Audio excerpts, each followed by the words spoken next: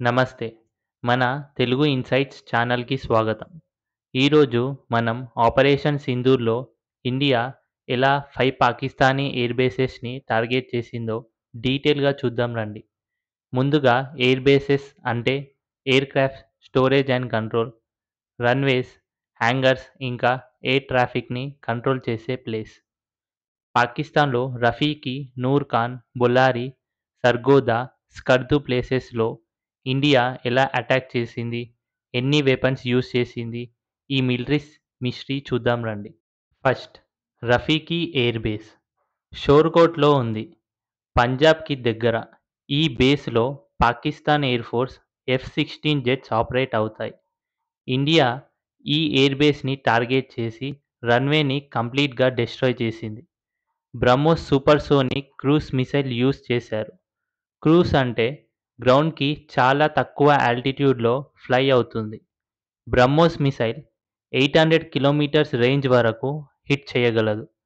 Fire and forget సిస్టమ్‌తో ప్రిసైజ్‌గా రఫీకి రన్వేని 15 ఫీట్ డీప్ హోల్‌తో అన్‌స్టేబుల్ చేసింది. దీనివల్ల ఎయిర్‌క్రాఫ్ట్ టేకాఫ్ ఇంకా ల్యాండింగ్ చేయలేవు. Next Noor Khan air base రావల్పిండిలో పాకిస్తాన్ ఆర్మీ హెడ్‌క్వార్టర్స్‌కి జస్ట్ 10 కిలోమీటర్స్ దూరంలో ఉంది. ఇది చాలా స్ట్రాటజిక్ టార్గెట్.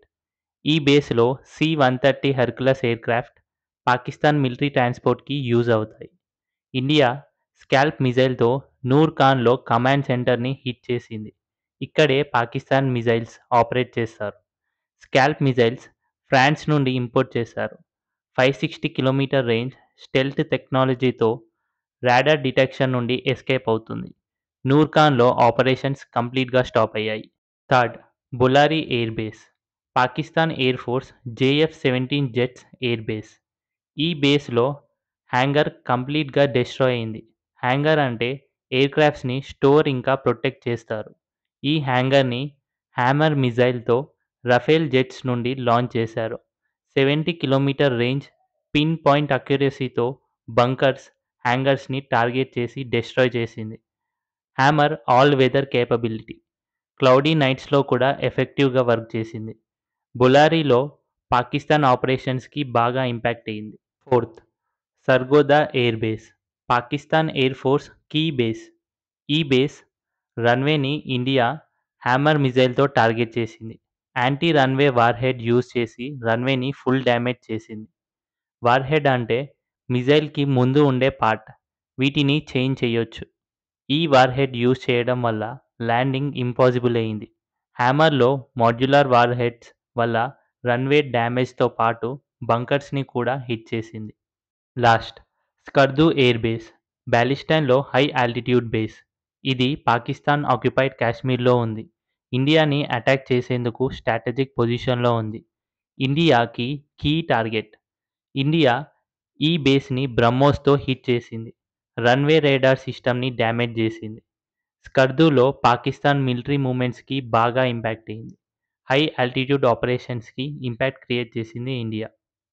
ఇలా డెస్ట్రాయ్ చేసింది అంటే India mix of weapons use చేసింది. బ్రహ్మోస్, స్కాల్ప్, హ్యామర్ మిసైల్స్‌తో పాటు డ్రోన్స్, మునిషన్స్ కూడా డిప్లాయ్ చేసింది. రఫేల్ జెట్స్ నుండి స్కాల్ప్, హ్యామర్ మిసైల్స్ లాంచ్ అయ్యాయి. ఇండియా టెరిటరీ నుండి స్టాండ్ ఆఫ్ అటాక్ చేశారు. అంటే ఇండియా ఎయిర్‌క్రాఫ్ట్స్ పాకిస్తాన్ ఎయిర్ స్పేస్‌లో ఎంటరే అవ్వలేదు. బ్రహ్మోస్ మిసైల్స్ గ్రౌండ్ లాంచర్స్ నుండి ఫైర్ అయ్యాయి. 800 కిలోమీటర్స్ రేంజ్‌తో ప్రిసైజ్ లొకేషన్స్‌లో హిట్ చేసింది. ఈ స్ట్రైక్స్ వల్ల పాకిస్తాన్ ఎయిర్ ఆపరేషన్స్‌కి బాగా ఇంపాక్ట్ అయ్యింది.